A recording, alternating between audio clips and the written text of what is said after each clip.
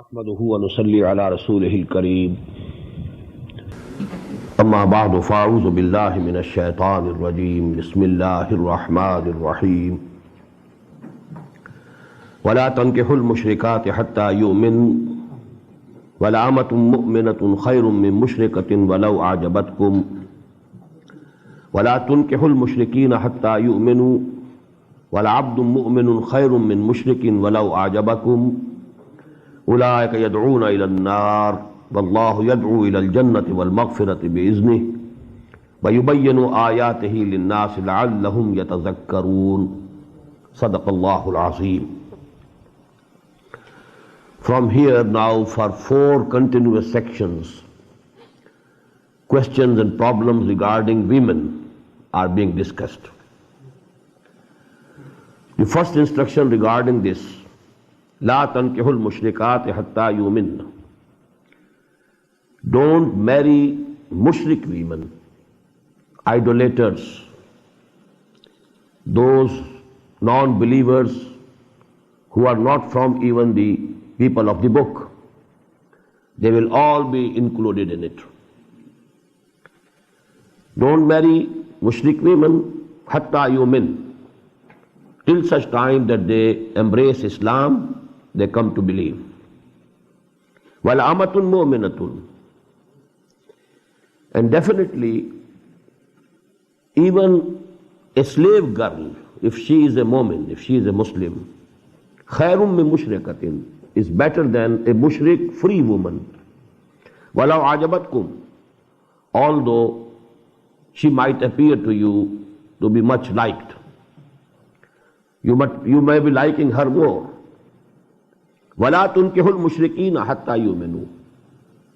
And don't give away your women in marriage to any mushrik man till such time that he embraces Islam, he becomes a believer. وَالْعَبْدٌ مُؤْمِنٌ خَيْرٌ مِّن مُشْرِكٍ. Surely a slave, if he is a Muslim, if he is a mu'min, is better than a free man if he is a mushrik, a kafir. وَلَوْ أَعْجَبَكُمْ, although he may appear to you to be very good. أُولَٰئِكَ يَدْعُونَ إِلَى النَّارِ. They are calling towards fire, towards hell. And now don't go near them till they are clean. فَإِذَا تَطَهَّرْنَا, when they are fully, finally clean, فَأْتُوهُنَّ مِنْ حَيْثُ أَمَرَكُمُ اللَّهُ, then you can go to them in the manner in which Allah subhanahu wa ta'ala has ordained for you. إِنَّ اللَّهَ يُحِبُّ التَّوَّابِينَ وَيُحِبُّ الْمُتَطَهِّرِينَ. Verily Allah subhanahu wa ta'ala loves those who repent of their mistakes, and He loves those who keep themselves clean and pure. نِسَاؤُكُمْ حَرْثٌ لَكُمْ. Your women are like a tillage for you. فَأَتُوا حَرْثَكُمْ أَنَّا شِئْتُمْ. You can come to your tillage from wherever you like. وَقَدِّمُوا لِأَنفُسِكُمْ. And forward good deeds for your own selves. This can have 2 meanings. Because due to this sexual intercourse with women, with wives, one gets offspring. So his progeny is continued. So get for yourself, try to preserve your species through this act that Allah subhanahu wa ta'ala has prescribed for you. وَاتَّقُوا, and have taqwa of Allah subhanahu wa ta'ala. Regard Him as He should have been regarded. وَعْلَمُوا أَنَّكُمْ مُلَاقُوهُ. And keep it in mind every moment that you will have to meet Him. You will be presented before Him one day. وَبَشِّرِ الْمُؤْمِنِينَ. And O Muhammad sallallahu alayhi wa sallam, give the glad tidings to the people who really believe. وَلَا تَجْعَلُوا اللَّهَ عُرْضَةً لِأَيْمَانِكُمْ أَن تَبَرُّوا وَتَتَّقُوا وَتُصْلِحُوا بَيْنَ النَّاسِ. And don't use the name of Allah subhanahu wa ta'ala in your oaths as an impediment to your being pious and God-fearing and to your promoting peace among mankind. You take oath on Allah's name, Wallah. And on what? I will not do this good deed again. For the acts of charity, for acts of piety, for acts of making peace among people. You know, somebody sometimes gets angry. I am not going to again indulge in your affairs at all. Although he was trying to make peace between two brothers. Wallah, I swear by God, I will not again indulge in your affairs. Why? You have to go on trying to make peace between the two quarreling brothers. So don't use the name of Allah for such oaths. La yu'akhidhukum Allahu bil-laghwi fi yamanikum. Allah will not take you to task about your oaths which you take without any intentions. وَلَكِنْ يُؤَاخِذُكُمْ بِمَا كَسَبَتْ قُلُوبُكُمْ. But He will bring you to task for those oaths which were earned by your hearts with intentions. وَاللَّهُ غَفُورٌ حَلِيمٌ. And Allah is forgiving and forbearing. In this connection, the final orders will come in Surah Al-Ma'idah, that if somebody has taken an oath and now he wants to go contravene it, then he has to give the redemption, the kafara, the fidya, that will be described in Surah Al-Ma'idah. As I told you, the blueprint of the Sharia is being prepared in this surah, but in most of the matters, the final injunctions of the Sharia that will appear in Surah Al-Ma'idah. لِلَّذِينَ يُولُونَ مِن نِسَائِهِمْ تَرَبُّصُ أَرْبَعَةِ أَشْهُرٍ. Those of you who swear and take an oath of not having any intercourse with their wives may wait for 4 months. Somebody has taken an oath, I am not going to go near you, he says to his wife. And he takes the oath, swears by Allah subhanahu wa ta'ala. Now this condition may continue for 4 months, not more. After 4 months, one has to take a decision.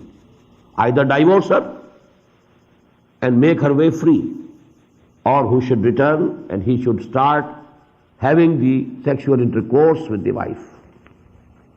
So only for 4 months it can be. This separation can be only for 4 months, not anymore. لِلَّذِينَ يُولُونَ مِن نِسَائِهِمْ تَرَبُّصُ أَرْبَعَةِ أَشْهُرٍ فَإِنْ فَاءُوا فَإِنَّ اللَّهَ غَفُورٌ رَحِيمٌ. If they go back, if they break their oath, it's better. And Allah subhanahu wa ta'ala is also forgiving and merciful. وَإِنْ عَزَمُوا الطَّلَاقَ فَإِنَّ اللَّهَ سَمِيعٌ عَلِيمٌ. And if they have decided for divorce, then Allah subhanahu wa ta'ala is all hearing, all knowing. Now the question of talaq is being discussed in a very lengthy form. وَالْمُطَلَقَّاتُ يَتَرَبَّصْنَ بِأَنفُسِهِنَّ ثَلَاثَةَ قُرُوءٍ. And those women who have been divorced should withhold themselves for 3 periods of menstruation. وَلَا يَحِلُّ لَهُنَّ أَن يَكْتُمْنَ مَا خَلَقَ اللَّهُ فِي أَرْحَامِهِنَّ. And it is not halal for them, it is not permissible for them that they should hide what Allah subhanahu wa ta'ala has created in their wombs. If there is some pregnancy, they must disclose at the time of divorce, so that it is known that this son or daughter belongs to her husband who has divorced her. So this should be clear absolutely.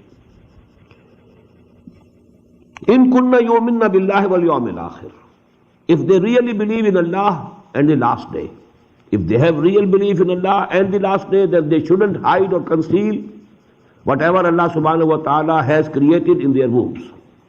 وَبَعُولَتُهُنَّ أَحَقُّ بِرَدِّهِنَّ فِي ذَلِكَ إِنْ أَرَادُوا إِصْلَاحًا. And their husbands have more right and authority to take them back during this period if they want to make things clear and better. If they want reconciliation. During this period, which is called iddah, one person has given one divorce to his wife. Now that wife has to wait for 3 months, 3 periods. During this time, if the husband has decided to take her back, he can take her back. He has more authorized. The wife cannot refuse. He has the authority. أَحَقُّ بِرَدِّهِنَّ. He is more powerful. He has the right to take her back. فِي ذَلِكَ. During this period of their iddah. إِنْ أَرَادُوا إِصْلَاحًا. If they really desire reconciliation. وَلَهُنَّ مِثْلُ الَّذِي عَلَيْهِنَّ بِالْمَعْرُوفِ. Now these words have been translated in two ways. Lahunna, for them, that is the women. For the women also are rights, just as there are rights over them of the men. You know, this is a very tricky question in this marriage. What are the rights of a woman, wife? What are the rights of husband, the man? Are they absolutely equal? This is the philosophy of the modern civilization. They are all absolutely equal. If the husband can divorce, wife can also divorce. Equal authority of divorcing has been given in this present civilization to men and women. In Islam it's not so. There's a difference. So actually this ayah has been translated, although by many, that the rights of women are absolutely equal to the rights of men. وَلَهُنَّ, and for them are the rights مِثْلُ الَّذِي عَلَيْهِنَّ, absolutely like those which are on them for the husbands. The women have, the wives have right over the husband, just like those rights which the husbands have over the wives. This is one way of translating these words. وَلَهُنَّ مِثْلُ الَّذِي عَلَيْهِنَّ بِالْمَعْرُوفِ. The other is, for the women there are rights which are proportionate to the responsibilities put on them. And this is more scientific, and this is more rationally, logically connected, compatible with the whole family system of Islam. Islam puts certain responsibilities upon the husband, certain responsibilities upon the wife. Now rights always go parallel to the responsibilities. If the responsibilities are more, rights should be more. If the responsibilities are less, rights should also be less. Hence actually what these words mean are, lahunna, they have the rights, mislul ladhi alayhinna, which are proportionate to the duties that have been put on their shoulders. I agree with this second translation. Lahunna mislul ladhi alayhinna bil ma'ruf wa lirrijali alayhinna darajah. But even if you take the first translation, again Allah subhanahu wa ta'ala has made it clear, and for men over the women there is a degree of authority. وَلَهْوَ لِلْرِجَالِ عَلَيْهِنَّ دَرَجَةٌ. There is one daraja, one degree that the men have over women. وَاللَّهُ عَزِيزٌ حَكِيمٌ. This thing will be discussed now in detail in Surah An-Nisa. Here, as I told you, the basic directive principles, basic philosophical ideas, they are being given. And the preliminary instructions are being given. But this thing will develop into a full legal system in Surah An-Nisa and then finally in Surah Al-Ma'idah. At-talaqu marratan. Divorce can be twice. فَإِمْسَاكٌ بِمَعْرُوفٍ أَوْ تَصْرِيحٌ بِإِحْسَانٍ. After that, one has to decide whether to retain the wife with honor or to release her with kindness. After two, if one gives third also, then he cannot take back. That is talaq-e-mughallas. But up till that time that there are only two divorces, so there is a choice that he can retain the wife. If during the period of iddah, there is no need of another fresh nikah. But if the period of iddah has been completed, now they will have to have a fresh nikah. But they can have it if the divorces are only two up till now. If it is the third one, then they cannot marry again. It will come later on, inshallah. At-talaqu marratan fa imsaakum bi ma'rufin wa tasrihum bi ihsan. Divorce is twice. After that, either a retention with honor or a release with honor.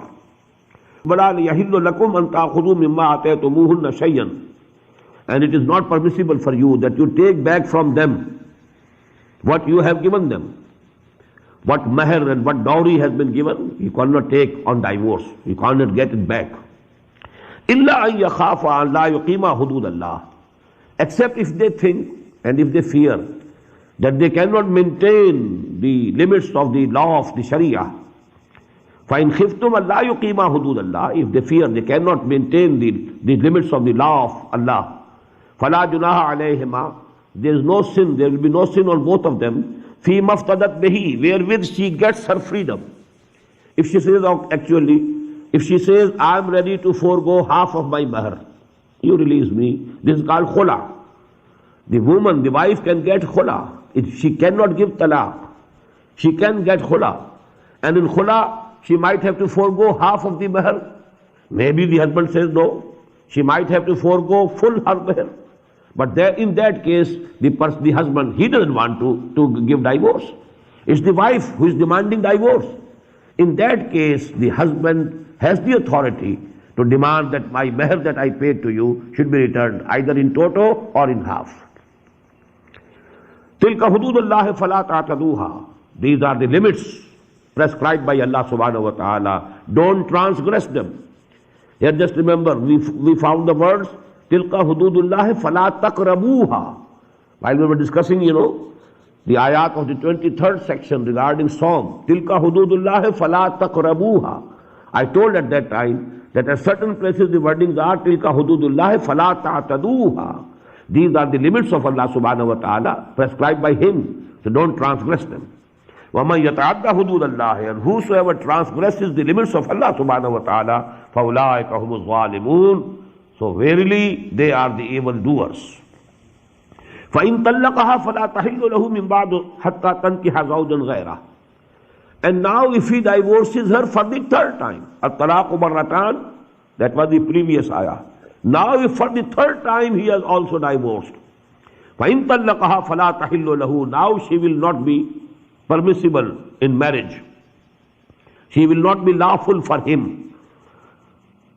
فَلَا تَحِلُّ لَهُ مِن بَعْدُ. After this, حَتَّى تَنْكِحَ زَوْجًا غَيْرَهُ, till such time that she marries another husband. فَإِن طَلَّقَهَا. And now if the other husband, now if he also gives divorce, فَلَا جُنَاحَ عَلَيْهِمَا. Now there will be no sin if they compromise again. فَلَا جُنَاحَ عَلَيْهِمَا أَن يَتَرَاجَعَا. If those two again get into the marriage contract. إِن ظَنَّا أَن يُقِيمَا حُدُودَ اللَّهِ. If they think that now they can maintain the limits of the law of the Sharia. وَتِلْكَ حُدُودُ اللَّهِ يُبَيِّنُهَا لِقَوْمٍ يَعْلَمُونَ. And these are the limits of Allah subhanahu wa ta'ala. He is making them very clear for those people who know. وَإِذَا طَلَّقْتُمُ النِّسَاءَ فَبَلَغْنَ أَجَلَهُنَّ فَأَمْسِكُوهُنَّ بِمَعْرُوفٍ أَوْ سَرِّحُوهُنَّ بِمَعْرُوفٍ.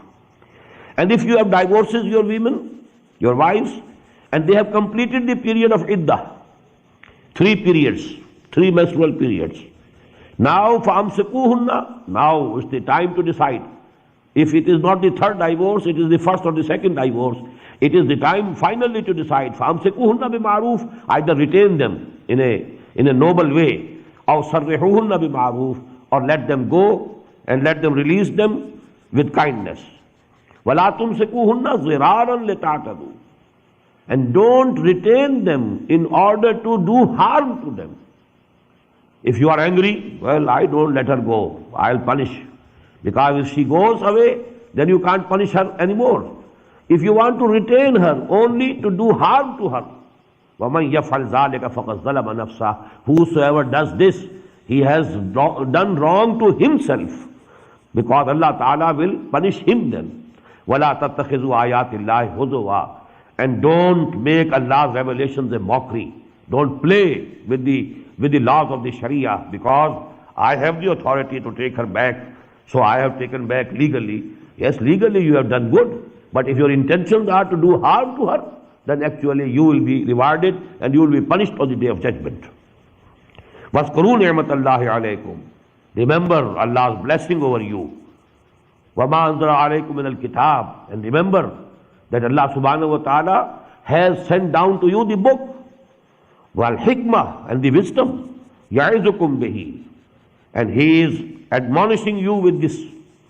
وَاتَّقُوا اللَّهَ وَاعْلَمُوا أَنَّ اللَّهَ بِكُلِّ شَيْءٍ عَلِيمٌ. And have regard for Allah subhanahu wa ta'ala, fear Him, and keep it in mind that He knows everything. فَإِذَا طَلَّقْتُمُ النِّسَاءَ فَبَلَغْنَ أَجَلَهُنَّ. And when you have divorced your women and they have completed their period of iddah, فَلَا تَعْضُلُوهُنَّ أَن يَنْكِحْنَ أَزْوَاجَهُنَّ.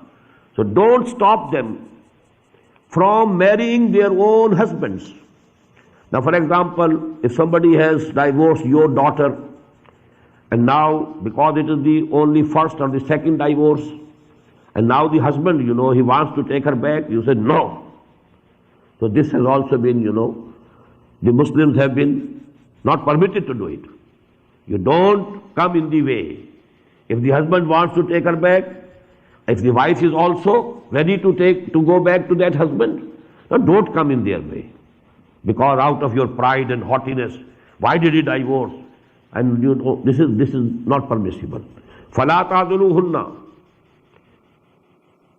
أَن يَنْكِحْنَ أَزْوَاجَهُنَّ إِذَا تَرَاضَوْا بَيْنَهُمْ. If they can agree among themselves, if they are ready to remarry. I told you, after the completion of the iddah, there should be a fresh marriage.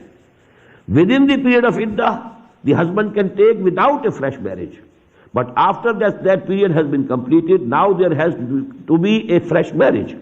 But now if the parents or the brothers or the relatives of the woman, they come in the way, we won't allow this marriage, this is wrong. ذَلِكَ يُوعَظُ بِهِ مَنْ كَانَ مِنْكُمْ يُؤْمِنُ بِاللَّهِ وَالْيَوْمِ الْآخِرِ. These advices are being given to those of you who really believe in Allah and the last day. Because if you don't believe, then all these advices are useless. You won't pay heed to them. ذَلِكَ يُوعَظُ بِهِ مَنْ كَانَ مِنْكُمْ يُؤْمِنُ بِاللَّهِ وَالْيَوْمِ الْآخِرِ. Only those of you will be able to avail of all these advices and admonitions who have real faith in Allah and the last day. ذَلِكُمْ أَزْكَى لَكُمْ وَأَطْهَرُ. This is more decent for you and more pure for you. وَاللَّهُ يَعْلَمُ وَأَنْتُمْ لَا تَعْلَمُونَ. Allah knows and you don't know. وَالْوَالِدَاتُ يُرْضِعْنَ أَوْلَادَهُنَّ حَوْلَيْنِ كَامِلَيْنِ. And mothers should suckle their offsprings for 2 complete years. لِمَنْ أَرَادَ أَنْ يُتِمَّ الرَّضَاعَةَ. For whom wants to complete that suckling. وَعَلَى الْمَوْلُودِ لَهُ. And on the father is the responsibility, رِزْقُهُنَّ وَكِسْوَتُهُنَّ, to provide for their feeding and their clothing, بِالْمَعْرُوفِ, in the proper way. If you have divorced the wife, but there is a child who is suckling, you can say to your divorced wife, you have to keep this child with you and suckle your milk, and I will provide you with your feeding and your clothing. The father is responsible. لا تكلف نفس إلا وسعها. No one is burdened save according to his capacity. لا تضار والدة بولدها. No mother should be harmed due to her offspring. ولا مولود له بولده. In the same way, no father should be harmed due to his offspring. وعلى الوارث مثله. And the responsibility of a person will be transmitted to his heir also. ذلك فإن أرادا فصالا. If the parents, they decide that the weaning of the child, that mother will not suckle him or her. وَإِنْ أَرَادَا فِصَالًا عَنْ تَرَاضٍ مِّنْهُمَا وَتَشَاوُرٍ. By mutual consultation they decide. فَلَا جُنَاحَ عَلَيْهِمَا. Then also there is no sin on both of them. وَإِنْ أَرَدْتُمْ أَن تَسْتَرْضِعُوا. If you want to have foster suckling, أَوْلَادَكُمْ, for your sons and daughters, فَلَا جُنَاحَ عَلَيْكُمْ إِذَا سَلَّمْتُمْ مَا آتَيْتُمْ بِالْمَعْرُوفِ. There is no sin on you, you can do it. It is also permissible to have foster suckling from some other woman. But when you have given to the real mother what you had decided to give it. وَاتَّقُوا اللَّهَ وَاعْلَمُوا أَنَّ اللَّهَ بِمَا تَعْمَلُونَ بَصِيرٌ. And have regard of Allah, fear Allah, and keep it in mind that whatever you are doing, Allah is seeing it. وَالَّذِينَ يُتَوَفَّوْنَ مِنْكُمْ وَيَذَرُونَ أَزْوَاجًا يَتَرَبَّصْنَ بِأَنفُسِهِنَّ أَرْبَعَةَ أَشْهُرٍ وَعَشْرًا. Now these were the rules regarding the wives who were divorced. Now about the widowed women, what should happen to them? وَالَّذِينَ يُتَوَفَّوْنَ مِنْكُمْ. And those of you who die, وَيَذَرُونَ أَزْوَاجًا. And they have left behind them wives. يَتَرَبَّصْنَ بِأَنفُسِهِنَّ أَرْبَعَةَ أَشْهُرٍ وَعَشْرًا. Those widowed wives should withhold themselves for 4 months and 10 days. فَإِذَا بَلَغْنَا أَجَلَهُنَّ, and when they have completed this period, فَلَا جُنَاحَ عَلَيْكُمْ فِي مَا فَعَلْنَ فِي أَنفُسِهِنَّ, then now it is no responsibility of yours about what they do about their own selves. بِالْمَعْرُوفِ, but it should be in a reasonable way, known methods of the society. وَاللَّهُ بِمَا تَعْمَلُونَ خَبِيرٌ, and whatsoever you are doing, Allah knows them. وَلَا جُنَاحَ عَلَيْكُمْ فِي مَا عَرَّضْتُم بِهِ مِنْ خِطْبَةِ النِّسَاءِ, and there is no blame on you in that you speak indirectly of your proposal of marriage to the widows. أَوْ أَقْنَنْتُمْ فِي أَنفُسِكُمْ, or you conceal it in your hearts. وَعَلَمَ اللَّهُ أَنَّكُمْ سَتَذْكُرُونَهُنَّ, Allah Ta'ala knows that you will have, their idea will come to your mind. Such and such woman has been widowed, or such and such woman has been divorced. Now, if you like her, you can have some idea in your mind that I want to marry her now.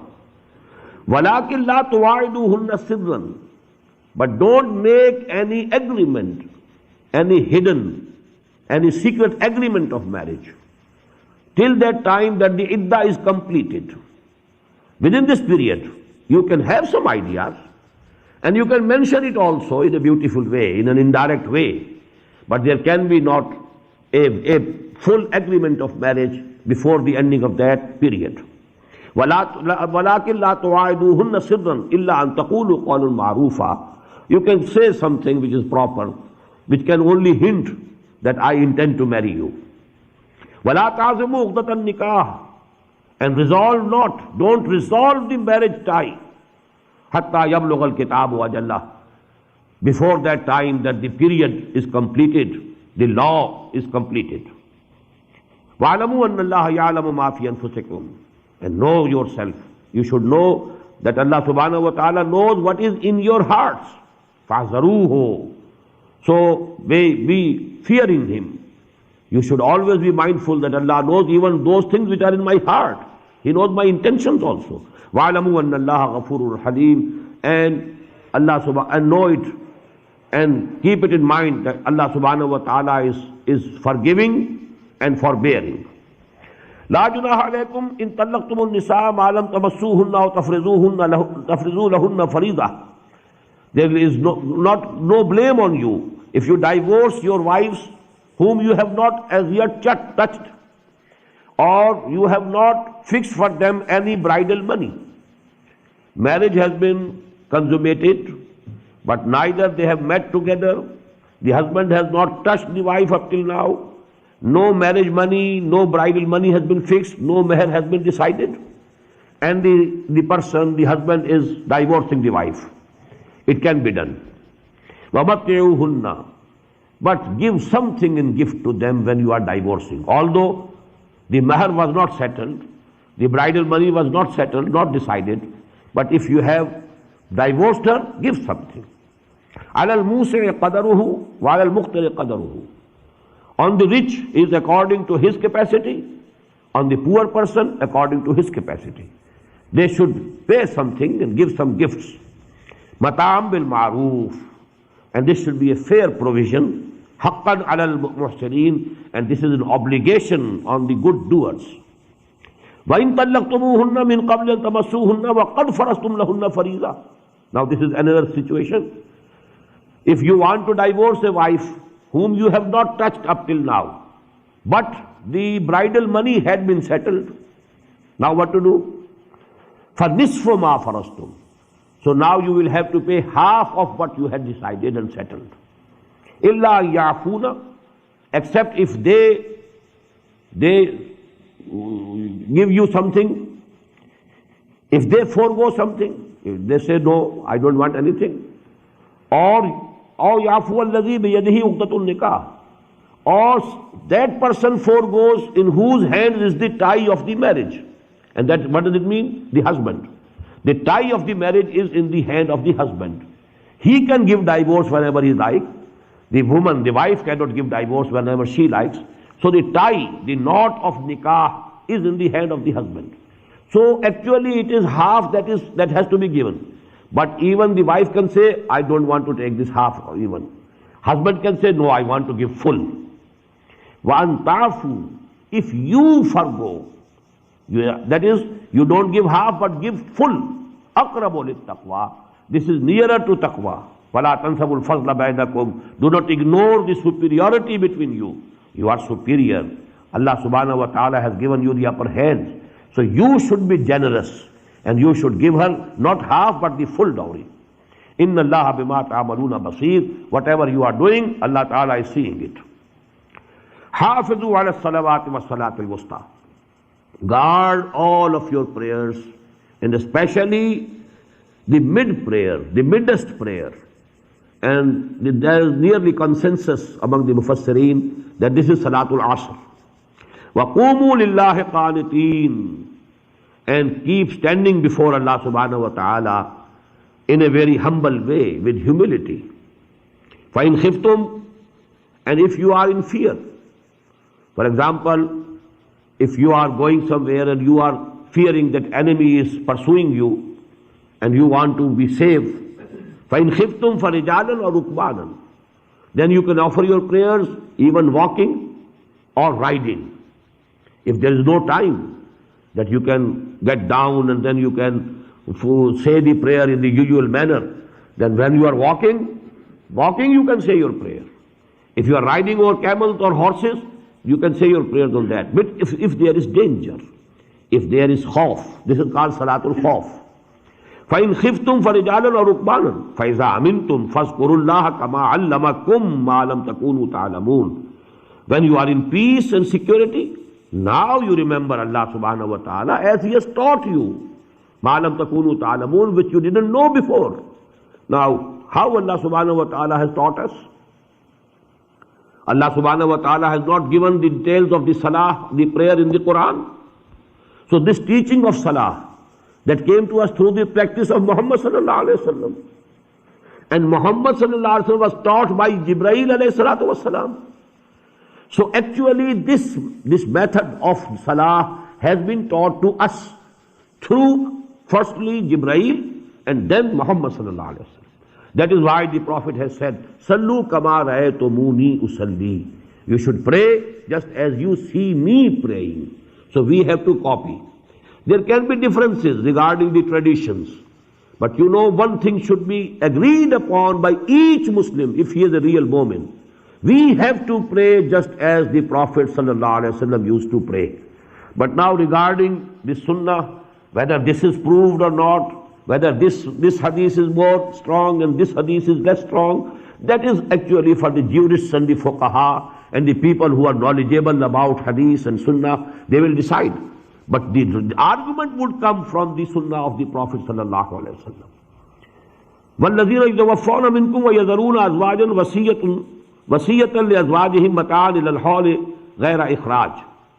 And those of you who die and they leave behind them wives, they should leave a bequest in favor of their wives, that for 1 year they should be provided.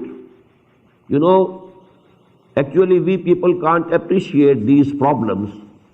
Usually we people belonging to Indo-Pakistan subcontinent especially, we have only one mother. Usually people marry only one wife. So the mother, you know, for the heirs, you know, she is the mother, not the wife of the father only. She is their own mother. So the feelings are different. But perhaps one person has 10 wives. That used to be there in the days of the Jahiliyyah. Even in Islam there could be 4 wives. Now one is the mother. The rest of the 3 are only the wives of your father. For them, you know, there should have been a bequest. There should have been something decided by the person who has died. That for them there should be a bequest. وَالَّذِينَ يَتَوَفَّوْنَ مِنْكُمْ وَيَذَرُونَ أَزْوَاجًا وَصِيَّةً لِأَزْوَاجِهِمْ مَتَاعًا إِلَى الْحَوْلِ غَيْرَ إِخْرَاجٍ. At least for 1 year they should be provided for food, for their clothing, and they shouldn't be turned out of the houses of the deceased person for at least 1 year. فَإِنْ خَرَجْنَا فَلَا جُنَاحَ عَلَيْكُمْ فِي مَا فَعَلْنَ فِي أَنفُسِهِنَّ. But if they themselves go out, If they decide to marry, for example, have a new marriage, then it's none of your business to obstruct their way. فَإِنْ خَرَجْنَا فَلَا جُنَاحَ عَلَيْكُمْ فِي مَا فَعَلْنَ فِي أَنفُسِهِنَّ. Whatever they want to do for themselves, you have no business to stop them. مِن مَعْرُوف, although this should be in the known way, according to the fair manner of the society. Wallahu Azizul Hakim, Allah is almighty, He is all wise. وَلِلْمُطَلَّقَاتِ مَتَاعٌ بِالْمَعْرُوفِ حَقًّا عَلَى الْمُتَّقِينَ. In the same way, this was the discussion about the widows. وَالَّذِينَ يُتَوَفَّوْنَ وَلِلْمُطَلَّقَاتِ مَتَاعٌ بِالْمَعْرُوفِ. In the same way, for the divorced women also, there should be some provision.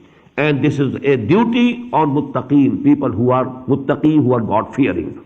كَذَلِكَ يُبَيِّنُ اللَّهُ لَكُمْ آيَاتِهِ لَعَلَّكُمْ تَعْقِلُونَ. In this way, Allah subhanahu wa ta'ala makes His ayat clear, His signs clear, so that you can understand, you can follow them in detail and in depth, and so that you can follow them in letter as well as in spirit. This is a lengthy discussion, and most of these issues, because they are not very relevant for us usually.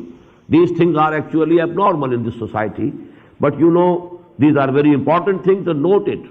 4 sections, full 4 sections are devoted to these problems. The most important point that you should infer is that in Islamic social system, maximum emphasis has been put on this social family life, the relationship between wife and husband. The main idea is that this family life should be strong. The institution of family should be strong. And because the institution family should be strong, there should be one person at the head, at the top. One should be the head of the family, and there cannot be both. Both wife and husband can't be equal. There must be some inequality. You must have one at the top. You know, you can have a managing director and you can have 20 directors, but you can't have 2 managing directors. There can be one chairman, but there can be so many deputy chairmen, and there can only be one president. You can have so many deputy presidents, vice presidents. So in the institution of family, the husband has been given the upper hand. He can divorce. The wife cannot divorce. Wife can get divorce from the husband, and it is called khula. And she has to forego certain part of her dowry money, dower, the bridal money that was paid to her. Some part she will have to forego if she wants to get khula from the husband. So this is definitely unequal. Actually, as men, as human beings, men and women are absolutely equal. No difference between them. But when they are wife and husband, they are unequal. Now husband has the upper hand. وَلِلْرِجَالِ عَلَيْهِنَّ دَرَجَةً. For men, there is a superiority, a degree of superiority over them. And this will be discussed, as I told you, in Surah Al-Nisa. الرِّجَالُ قَوَّامُونَ عَلَى النِّسَاءِ. That will come more clear and more obvious there in Surah Al-Nisa, inshallah. أَلَمْ تَرَ إِلَى الَّذِينَ خَرَجُوا مِنْ دِيَارِهِمْ وَهُمْ أُلُوفٌ حَذَرَ الْمَوْتِ فَقَالَ لَهُمُ اللَّهُ مُوتُوا ثُمَّ أَحْيَاهُمْ إِنَّ اللَّهَ لَذُو فَضْلٍ عَلَى النَّاسِ وَلَكِنَّ أَكْثَرَ النَّاسِ لَا يَشْكُرُونَ. Alam tara literally means, didn't you see? But these wordings are repeated in the Quran, but they mean differently at different places. Don't you think about those things? Have you never thought about it? Have you never considered the case? Alam tara ila allazina. Have you never considered the case of those people, kharaju min diyarihim, who came out from their houses? وَهُمْ uluf, and they were in thousands. حَذَرَ الْمَوْتِ, fearing death. فَقَالَ لَهُمُ اللَّهُ مُوتُوا. Allah said to them, die. ثُمَّ أَحْيَاهُمْ, then He revived them. Then He again brought them to life. إِنَّ اللَّهَ لَذُو فَضْلٍ عَلَى النَّاسِ وَلَكِنَّ أَكْثَرَ النَّاسِ لَا يَشْكُرُونَ.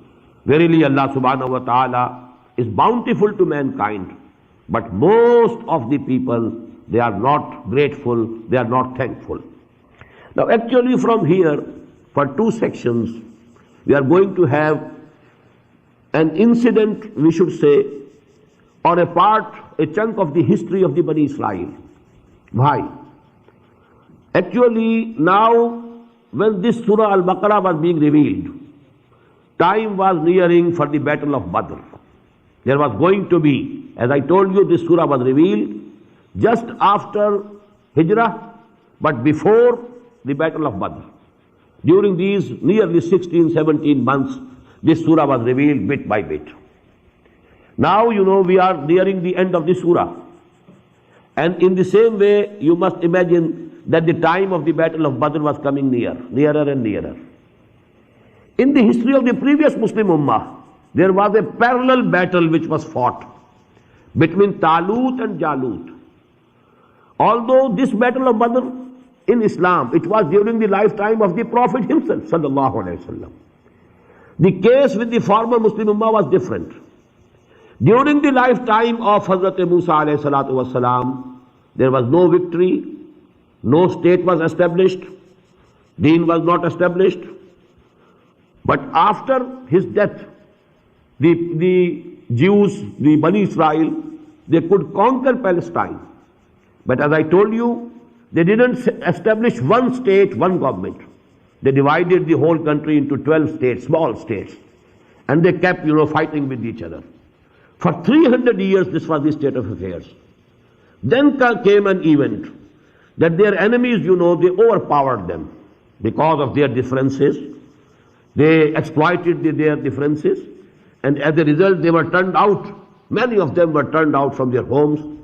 And then they requested the Prophet of that time, Hazrat Samuel alayhi salatu wasalam, you appoint for us a king, a military leader, so that we join our forces together, the 12 tribes, under one banner, under one king, under one military leader, under one commander, and so that we can fight our enemies.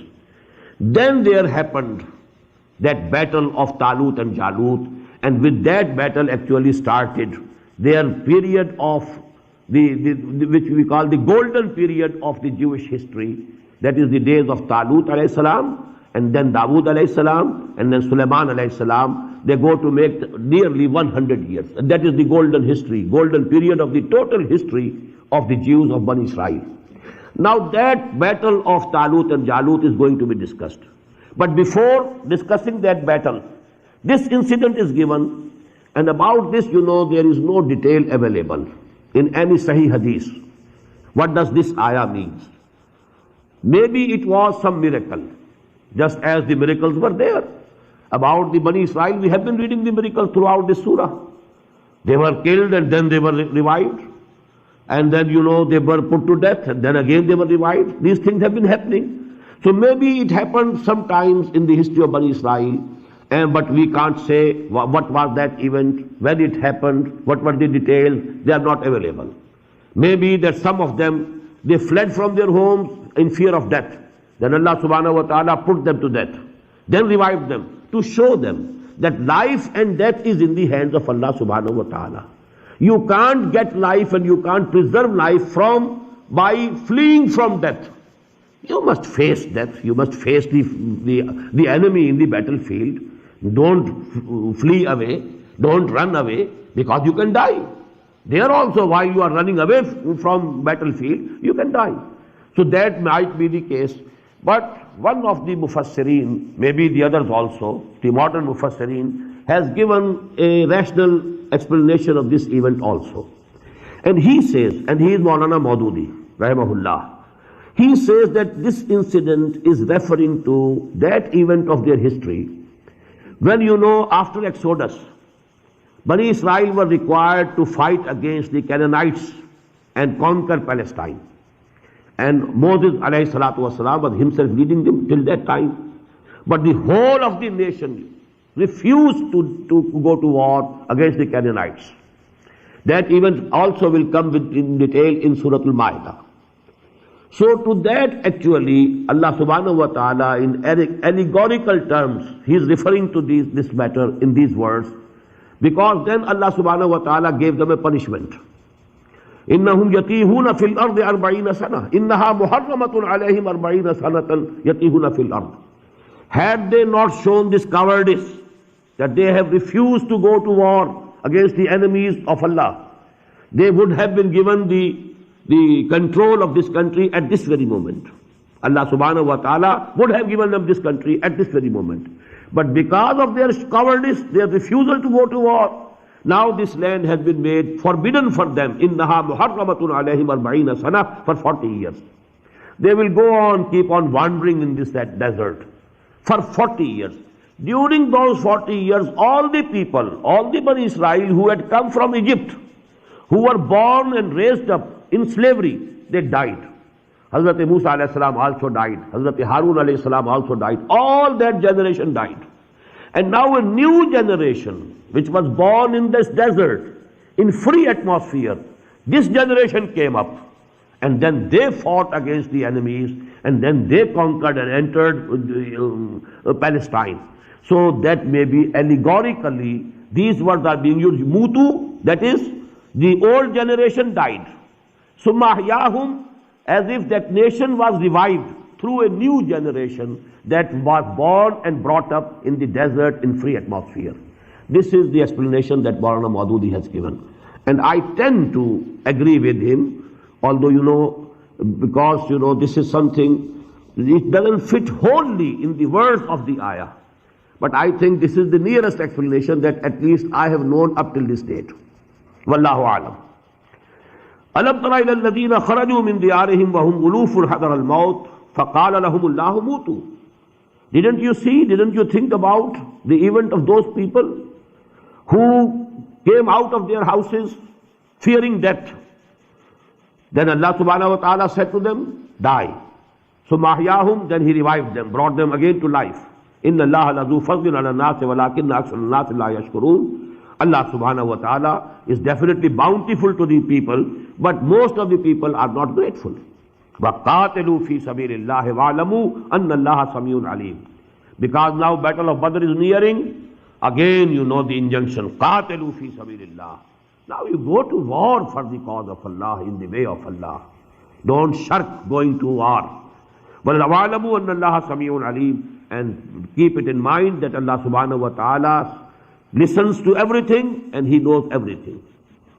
مَنْ ذَا الَّذِي يُقْرِضُ اللَّهَ قَرْضًا حَسَنًا فَيُضَاعِفَهُ لَهُ أَضْعَافًا كَثِيرًا. Who is that who gives loan to Allah subhanahu wa ta'ala? A goodly loan. What is a goodly loan? What is qarz hasana? Qarz hasana, one gives selflessly. He doesn't want to get any benefit out of it. He only wants to fulfill the requirement and need of his brother. This is qarz hasana.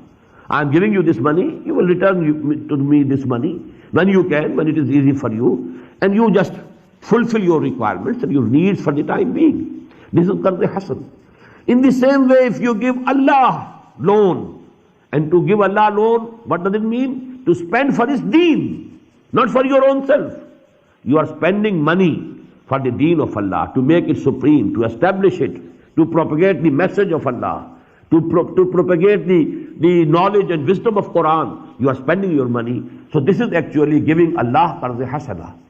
And for, providing for the Muslim armies to fight against the enemies of Allah, for the purchase of arms, and for the rations, etc., etc. All these things are required to go to war. So to fulfill these requirements, if you are spending, you are actually giving loan to Allah subhanahu wa ta'ala.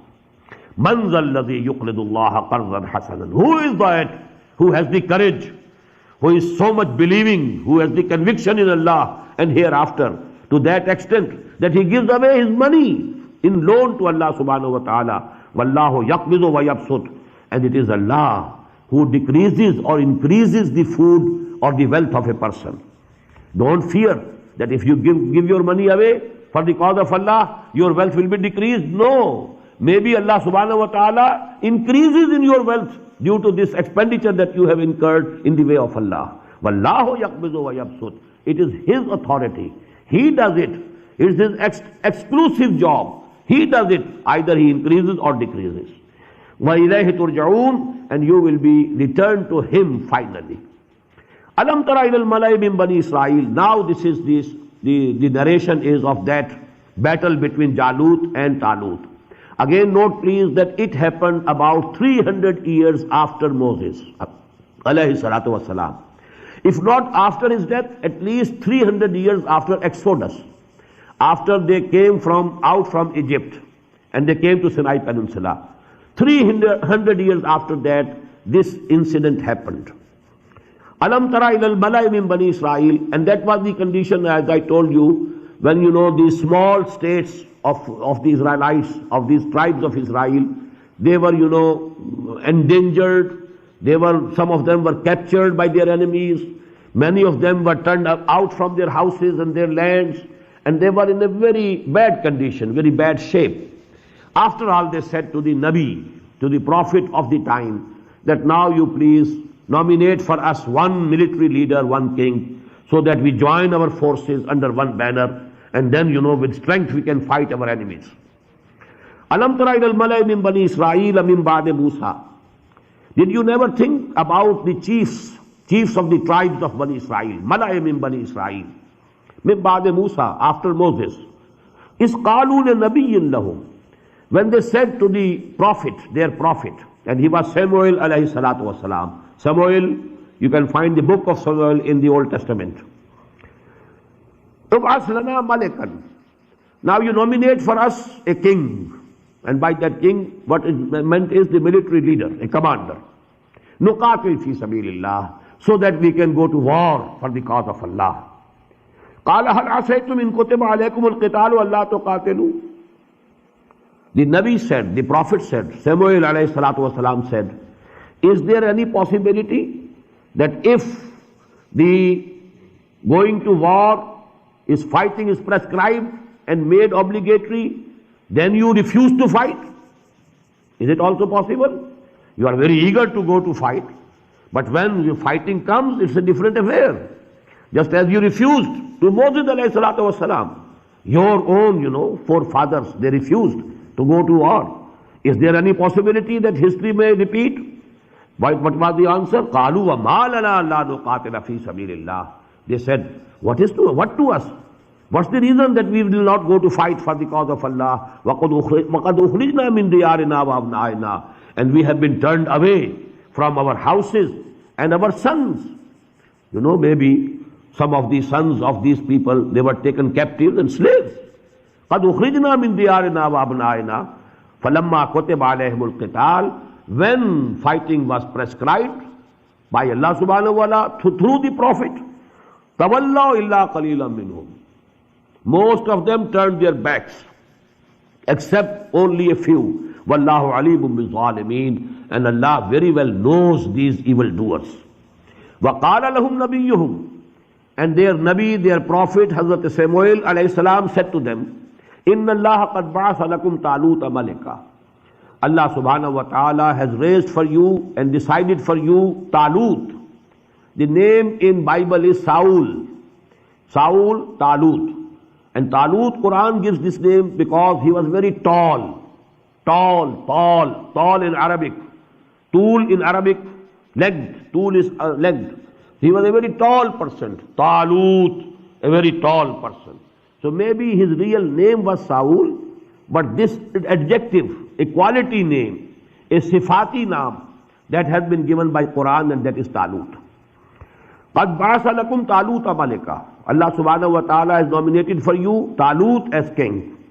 قَالُوا أَنَّا يَكُونُ لَهُ مُلْكٌ عَلَيْنَا. They said, wherefrom can he has the kingdom over us? How can he become king over us? وَنَحْنُ أَحَقُّ بِالْمُلْكِ مِنْهُ. We are more rightful. We have more right to be king. وَلَمْ يُؤْتَ سَعَةً مِنَ الْمَالِ. He has not been given, you know, any wealth. He has not been given abundance in wealth. قَالَ إِنَّ اللَّهَ اسْتَفَاهُ عَلَيْكُمْ. The Nabi, the Prophet, Hazrat Samuel alayhi salam said, it is Allah subhanahu wa ta'ala who has chosen him from you, out of you. It is his choice. وَزَادَهُ بَسْطَةً فِي الْعِلْمِ وَالْجِسْمِ. And he has given him abundance in knowledge as well as body. Physical power is abundant with him in his body. He was a very strong person bodily. And number two, ilm and understanding. These two things Allah subhanahu wa ta'ala has given him in abundance. If he has not been given abundant wealth, he has been given the abundant physical qualities and knowledge. وَاللَّهُ يُؤْتِي مُلْكَهُ مَنْ يَشَاءُ. And Allah gives his kingdom to whomsoever he pleases. وَاللَّهُ وَاسِعٌ عَلِيمٌ. And Allah is all embracing, all knowing. وَقَالَ لَهُمْ نَبِيُّهُمْ إِنَّ آيَةَ مُلْكِهِ أَنْ يَأْتِيَكُمُ التَّابُوتُ, and said to them their prophet, that is Hazrat Samuel alayhi salam, also said to them that the sign in the ayat mulkihi, the sign of his kingship is an yatiyakum tabut, that the wooden box, the ark, you know, that is very famous these days. It's come in news. They say that ark, you know, that sacred ark is embedded in the foundations of Masjid al-Aqsa, that is present up till now. It's a wooden box in which those stones, you know, tablets of stone on which Torah is written, which was given to Moses alayhi salatu wasalam on the Mount of Tur, they are there in that box. Then the staff of Hazrat Musa alayhi salam, the asa, that is present there. Some other more, you know, sacred things in the history of Bani Israel, they are in that. That is Tabut al-Sakina, that is called. So that actually, that was the most sacred thing, as sacred to them as is Kaaba for us. That Tabut al-Sakina was so sacred for Bani Israel. They almost kept it with them, that box. And wherever they went, there was, you know, a chariot was reserved for that box, for that ark. And that ark had been taken away by their enemies. Now they were very much disappointed because the most sacred thing of theirs was taken away from them. And Samuel alayhi salam said that the sign of the kingship of Talut will be that ark will come to you again in a miraculous way. وَقَالَ لَهُمْ نَبِيُّهُمْ إِنَّ آيَةَ مُلْكِهِ أَنْ يَأْتِيَكُمُ التَّابُوتُ فِيهِ سَكِينَةٌ مِّن رَبِّكُمْ. In that tabut, in that box, in that ark is peace and tranquility for you from your Lord. وَبَقِيَّةٌ مِّمَّا تَرَكَ آلُ مُوسَى وَآلُ هَارُونَ. And in that box are the remnants of what was left by the family of Moses and the family of Harun alayhi salatu wassalam. تَحْمِلُهُ الْمَلَائِكَةِ. That has been carried now by the angels. إِنَّ فِي ذَلِكَ لَآيَةً لَكُمْ إِن كُنتُم مُؤْمِنِينَ. And in this is a sign for you if you really believe. And it so happened, as the Prophet has said, that one day that found that a chariot is coming, some bullocks, or there's no driver, and on that, you know, chariot, there was that ark was placed, and that came to them. They now believed, and they now thought that actually now Talut is our king, and he has been nominated by Allah subhanahu wa ta'ala, and the sign that was told to us by our Prophet, that has been fulfilled. Now in the next section, inshallah, we shall have the detail of that war which happened which was